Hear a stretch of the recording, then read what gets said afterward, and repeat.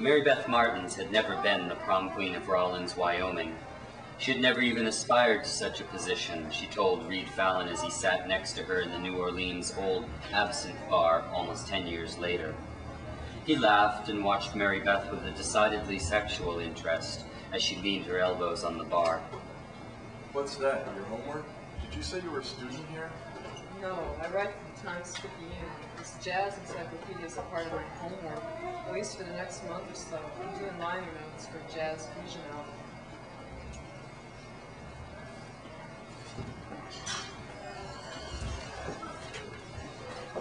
When he first walked into the bar, she thought he was the handsomest man she'd ever seen in her life.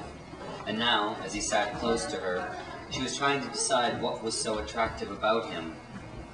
Well, he was tall, taller than her two brothers, even taller than her Cheyenne cousins by marriage. He was dark, and his straight black hair was tied behind him in a ponytail, and he was handsome.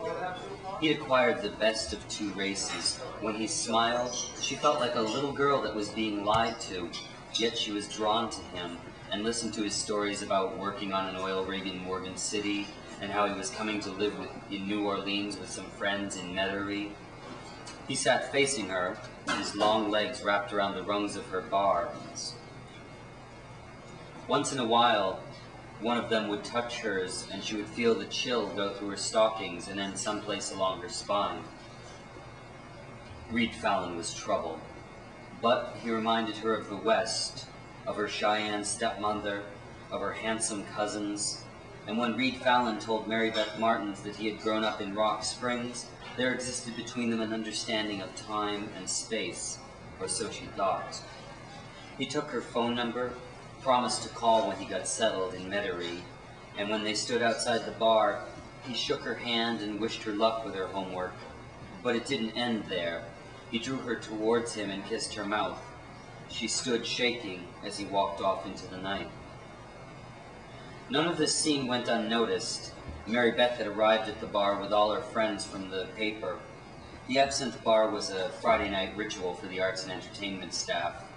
Then on Saturdays, they all met at the Café du Monde before going back to the office to file stories for Sunday. When she got there the next morning, Michael J. Smith, Smitty, was imitating Fallon's smooth moves for Mitch and Petey. Mary Beth stood in back of him and laughed. I thought for sure you'd taken him home. Smitty got up and let Mary Beth have his seat.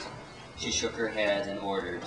Smitty brought one of the metal cafe chairs close to Mary Beth's, imitating Fallon's method of leg wrapping.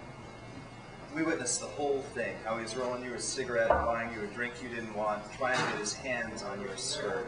Best part was when he touched your thighs. I thought for sure he had you then. Satisfied with his performance, because he had made Petey and Mitch laugh, he sat back and took a beignet from the plate and bit into it. Mary Beth smiled. She liked Smitty very much. She also liked Mitch and Petey. Did he take your number? Yeah, but I doubt he'll call. He'll call. Give him 2 or 3 weeks. No, better make that 4. He'll have to look busy or cool, or both. Is that how you guys gauge time, by busy and cool? Of course. You never want the woman to think you're really interested. See, Mary Beth, you got married too young. All you probably ever thought about was Tom. He, being young and foolish, felt the same insanity towards you. Now that you're divorced, you have to learn things the hard way.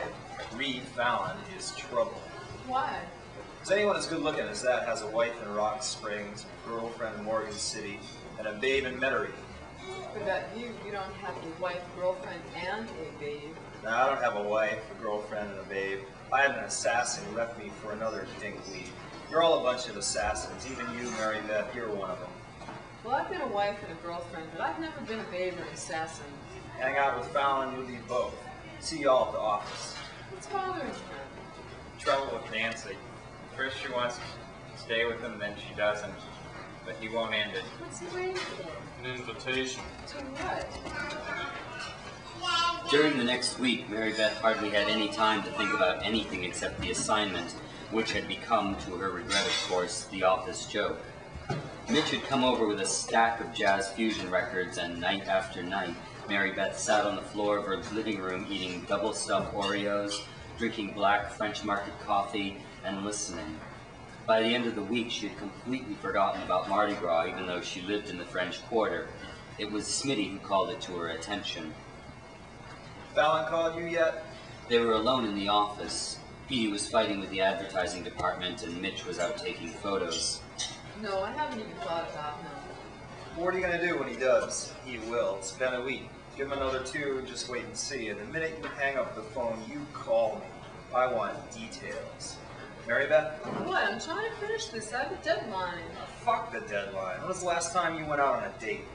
I don't remember.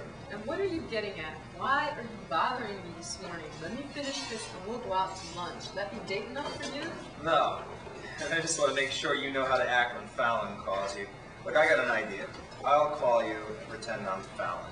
Right now, Smitty, it's 11. This has got to be in my high noon. It's going in tonight's paper. Mary Beth, put that fucking pencil down. Tell me your extension.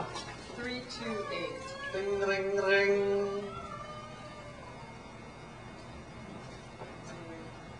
Oh, what are you waiting for? You don't want Reed Fallon to think I was waiting on his call. Hello? I can't look at you. She took a folder from her desk and used it to cover her face. Okay, now try again. Hello? Hi, is this Mary Beth Martins with a Z at the end? Smitty, you know how to spell my last name. Yeah, I do, but you were spelling it for Reed Fallon that night. I heard everything. And I'm Reed Fallon now, even though I'm infinitely better looking and have a bigger dick. Smitty, can't you stop thinking about sex even for a minute?